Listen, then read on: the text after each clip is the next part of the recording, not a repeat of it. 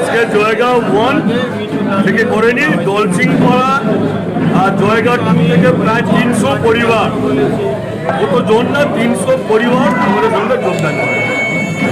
নেতৃত্বরা রয়েছেন নাকি? লিডারশিপরাও রয়েছে এখানে, অন্য দলের অন্য দলের লিডারশিপরাও রয়েছে। সবাই রয়েছে।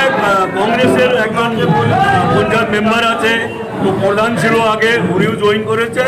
আর যে টিএমসির যে মেন লিডাররা ছিলেন, যেমন বাদল লামা, যেমন ওয়াঙ্গেল লামা, এদের নেতৃত্বে জয়গাঁও টু দলসিংপাড়া দুটাই সিপি থেকে 300 পরিবার আজকে জয়েন করেছে। আগামী দিনে আরও আমাদের এই মাস ভর যাবে জয়েন করে। সামনে তো নির্বাচন রয়েছে, কতটা শক্ত হবে এই কালচিনি বিধানসভা? আমরা সময়ের অপেক্ষা করছি, আমরা জিতবই, আমরা সময়ের অপেক্ষা করছি। সময় বলে দিব যে আমরা কত ভোটে জিতবো, সেটাই আমাদের টার্গেট। আমরা ভোট বাড়ানোটাই আমাদের টার্গেট।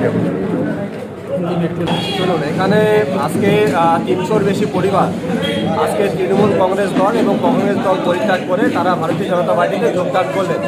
মূলত এই যোগদান আমাদের রাজ্য সম্পাদক এবং এখানকার সকলের জনপ্রিয় নেতা আমাদের মোহনদার নেতৃত্বে আজকের এই যোগদান পর্ব হলেন এবং সেখানে আজকে আপনারা দেখলেন যে বিপুলভাবে আজকে সেই যারা জনতা জনার্দন তারা আজকে ভারতীয় জনতা পার্টিতে যোগদান করলেন। তো ওনাদেরকে আমরা স্বাগতম জানাই এবং সর্বোপরি কারণ তৃণমূল দল আর এই পশ্চিমবাংলায় থাকার মতো নয় এবং এই দলকে পশ্চিমবাংলায় রাখা উচিত না।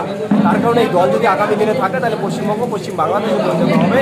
তাই পশ্চিম বাংলাদেশে যাতে পশ্চিমবঙ্গ না পরিণত হয় তার জন্য সকলে মিলে আজকে ভারতীয় জনতা পার্টিতে যোগদান করলেন। নিজেরা শক্ত করার যোগ জেলা জুড়ে যোগদান কর্মসূচি হচ্ছে, জেলা জুড়ে যোগদান পর্ব চলছে এবং কালচারি বিধানসভা মাত্র কয়েকটি গ্রাম পঞ্চায়েত থেকে আজকের আমাদের এই যোগদান পর্ব, যেখানে 300-র বেশি পরিবার ভারতীয় জনতা পার্টিতে যোগদান করবে।